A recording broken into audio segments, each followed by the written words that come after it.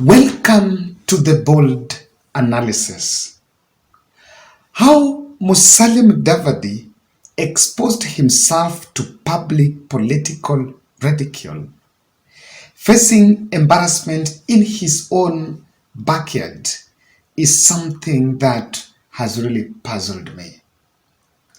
I have taken time to go through and to watch the Kakamega event, the whole 2 hours. And I've also been trying to, this Saturday night, speaking to two students who are students of Masinde Muliro University, because I actually just wanted to know what exactly happened. Because there is a question I don't get. How an event that was meant where Musalia Mudavadi was the chief guest, and he was the same person, the brainer behind the same, turned to go pro Azimio. I have followed the drama on what exactly happened. So kindly subscribe to this channel, like our video, and for those who are watching us for the first time, also make sure you share our videos. I know we've watched this, but I'm going to give you a more in-depth and a very critical perspective on just exactly what happened, so that we separate what will be propaganda and what exactly happened in that place. There is a caucus known as Mulembe Women Caucus that converged in Masinde Muliro University. They arrived very early as 8. And I was asking how there are those who are ferried by Nissans and some buses. Okay, there were 2 buses. I think that's what I gathered, 2 buses and some Nissans. Then there are quite a number that came with their private machines. That women caucus was inaugural. Their meeting was the very first one.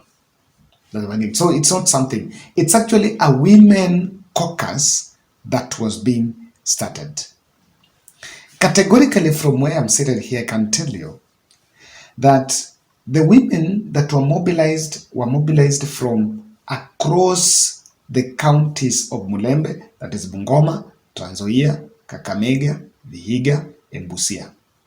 But if you are keen, if you follow, you realize that Busia had less representation compared to the other counties. And I'll tell you why. Because Busia is pro-ODM, and or rather, the mobilization on this event was for Musalia Mudavadi, and he did not get good numbers from that end. So they will be moving from one place to the other. Look at this photo. This is the photo of Musalia Mudavadi arriving there. Amongst the other guests, the women caucus were putting on white. He was also in white. Not a coincidence.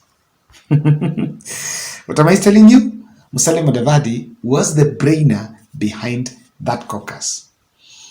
I want to show you this other photo. This lady is Dr. Connie Lusweti, and she's a board member at the KPA, Kenya Ports Authority. What do you expect? That's a civil servant. So for her to be there, of course, it has to get the blessings of Musalia Mudavadi. And also, Harriet, who works in the office of the president on matters gender, was also in attendance. So that event, I just wanted to tell you that it was organized by Musalia Mudavadi, even live streamed the event in his social media page. Now, something happened. When the speeches were going on, there were some 2 members of parliament from, I think, the other side of Malava. They gave their speeches, then they invited Injendi. So I wanted to listen to Injendi's speech and pay attention to how it happened until he was heckled and even now ejected from the stage. Now, from Malulu Injendi's speech, you can see that things were just fine.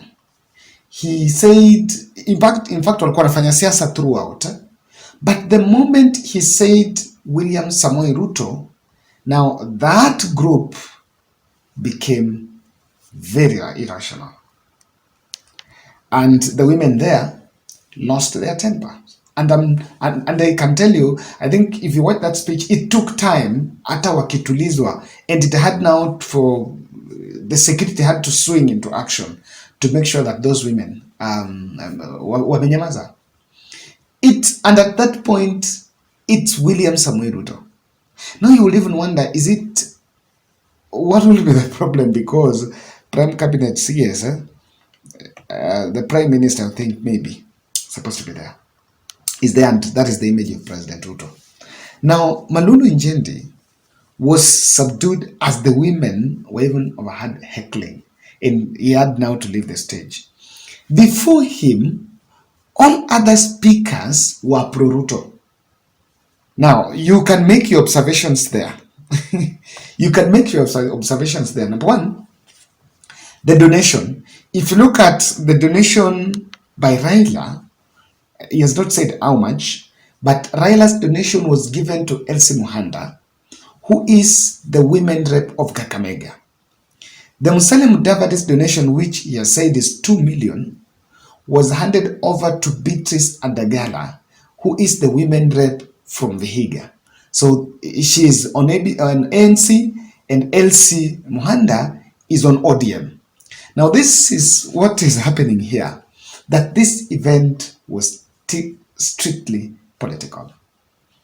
Even though the politics in it was to be a highly regarded secret.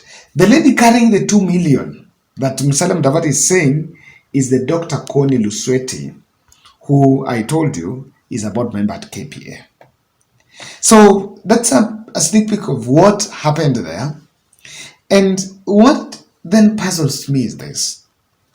How comes event was planned by Musalia Mudavadi, and what you're not being told there is Musalia Mudavadi is trying to come up with a women caucus for the Western Kenya team, and it's just political positioning. This is something that Ruto did in Mount Kenya over time, and maybe he has decided to take that script, or maybe they are still they have planned with William Ruto to take that direction. So it's something that Musalia Mudavadi planned for his own political benefit, but it backfired. How the event turned to be pro-Azimio, such that wakijaribu kuongea, they're being shouted down. But there is someone was telling me, Kevin, even Musalia was shouted down. Yes, he told me, yes. And that's why he was much of defensive of what's going on.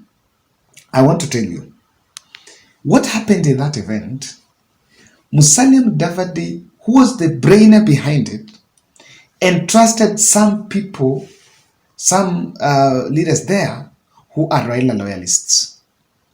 I want to give you a good example. Beatrice Elachi. The Dagoretti North Member of Parliament was elected on ODM ticket, and she was part of the Nairobi team. I remember Sifuna speaking about Nairobi team. So this is number one. You know, Musalia Mudavadi, the ANC party does not have strong grassroots structures. The structures of ANC are not such strong. So you really need support from the other end. And again, because these people are ODM loyalists, they brought in ODM supporters. Actually, they brought in people who are not supporting even Musalia Mudavadi from the word go. So it's because the area bit of the ODM structures are still strong. But this is it.